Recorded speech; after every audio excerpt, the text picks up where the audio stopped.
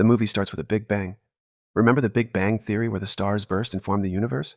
Sorry guys, that was a truck coming through fog with its headlights on. The dudes are here in the Arctic. Come on dudes, get some life. They find a shield, and this officer's like, what is this? Oh fuck, this is the shield of Captain America. I have read all his comics. Then we get to the past in 1942 in Tonsberg, Norway, where some Nazi officers surround this innocent young old man, and this ugly-looking handsome dude named Johann Schmidt presses the eye of an innocent snake and takes out a box. As soon as he opens it, he gains enlightenment. Just kidding, just a very bright ray of light appears. This is exactly what happens when I accidentally unlock my dad's phone eye burning brightness. Anyway, he takes the box and also casually kills this man with his pistol. I wonder how he got ketchup all over his dress. This is Steve Rogers. He looks like he does not stop even in No Nut November because he can do it all day. He is here for recruitment in the military, and he wants to fight in World War II against Nazis. This half-bald man checks Steve's report and straight away rejects him for the 4th time. He finds out that there is no disease left to inhabit Steve's body. Man, this dude is carrying all the diseases in his body and still has the audacity to go for recruitment. He is barely alive. Then he goes to the movie theater to enjoy his rejection, where he pisses off a healthy man, triple his size. Then this healthy man beats the shit out of him until this man named he is Bucky, saves his ass. Bucky takes him to some kind of shitty future exhibition held by future Iron Man's dad, Howard Stark. But since Steve is absolutely a piece of crap when it comes to science, he instead goes to a war exhibition. He tries to fit in the posture, but since his height is smaller than Ant-Man, he does not fit, and Bucky arrives, and they get into an argument. This is Dr. Abraham Erskine. He hears the conversation between Steve and Bucky. Since he's a doctor, he figures out that this man is carrying a whole new level of diseases with him, so he finds him to be the perfect fit for his experiment. Then he approves his recruitment for the military. Now, Mr. Steve becomes one of the first soldiers with 2-foot height and 20-gram weight. Steve starts training and looking at Steve's body. This military officer is not sure if he's even good for the military, so he throws a grenade to test his soldiers. Everybody runs away, but Steve is built different. He jumps over the grenade, sacrificing his life. Everybody thought he is a true soldier, but deep down, we all know that with all those bunch of diseases, nobody wants to live, so he jumped over the grenade to sacrifice his life. The doctor then tells Steve that Schmidt also went through a similar experiment, but failed, and there were a lot of negative side effects seen in his body. But since Steve is done with his life, he is ready to go for the experiment.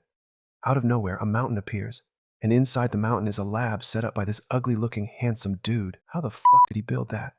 This is Dr. Nora, and they are trying to power their weapon using the bright cube thing they stole from that old innocent man who is dead. May his soul rest in peace. Schmidt finds the location of this doctor and sends an assassin to kill him. Peggy takes Steve to a secret military bunker where Dr. Erskine and Howard are preparing some kind of shitty tech medical. I don't know what to call it.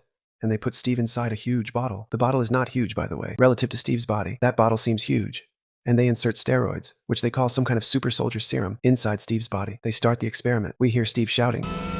Maybe he is having an orgasm. Then the bottle opens and we see that Steve has become Hulk, but wait, did they inject the steroids into his pants and belt as well? Among Us is an imposter.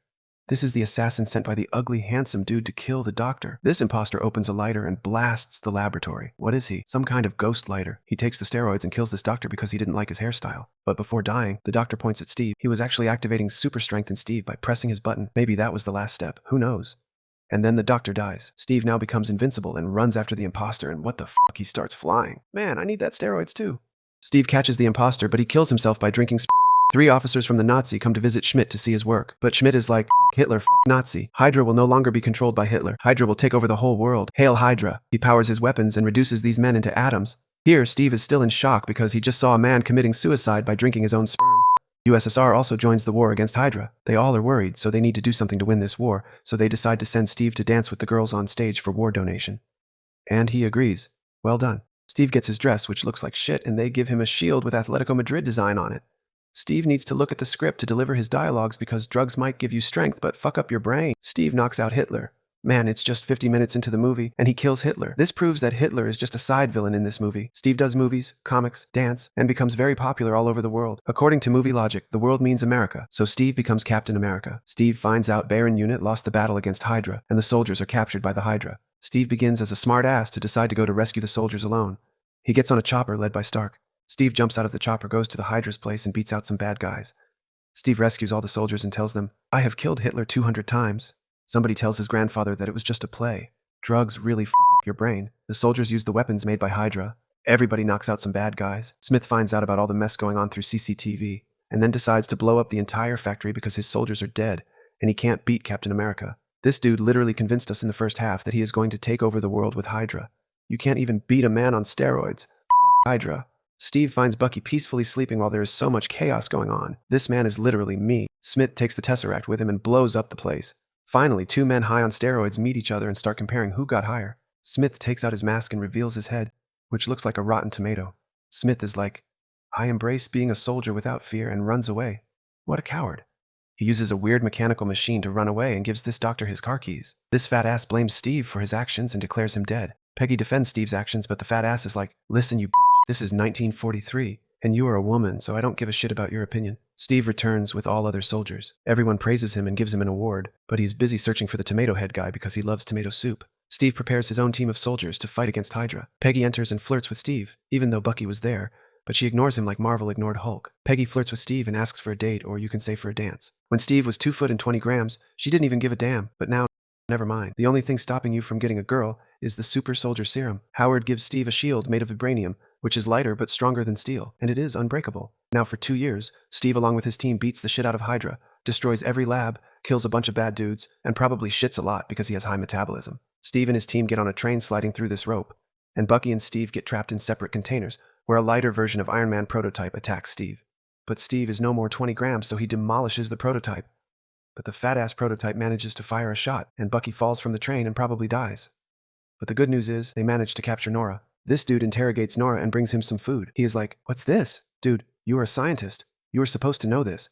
No wonder Hydra lost. Anyway, the doctor spills some truth about Smith to save his useless life. Peggy finds Steve drinking because you know Bucky is dead. Steve is like, I can't get drunk. Then why the hell are you drinking? Drink water. Why waste so much money? Cornell informs everyone that within 24 hours, Smith is going to destroy the world. So Steve, being Captain America, goes alone only to get surrounded by the hydrogens. They take Steve to Smith. Why don't they just kill him right away? This tomato-faced stupid ass doesn't even have a brain. Smith asks, what made you so special? What made you so special? Steve is like, nothing. Nothing. That was a good one because you just don't admit taking drugs. Steve is getting a little smart. Steve's men arrive, and after some minor fights,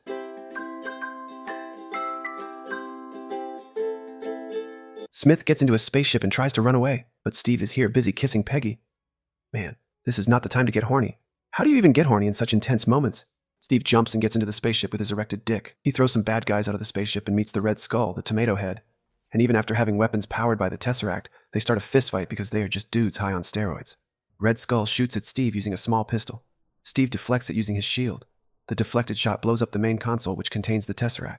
Red Skull holds the Tesseract with his bare hand, and the tomato head ends up opening a wormhole and escapes reality. The Tesseract falls into the ocean. Steve is like, what the f*** just happened? What am I supposed to do now? Then he has some emotional conversations with Peggy about his date. And then Steve crashes the spaceship into the Arctic.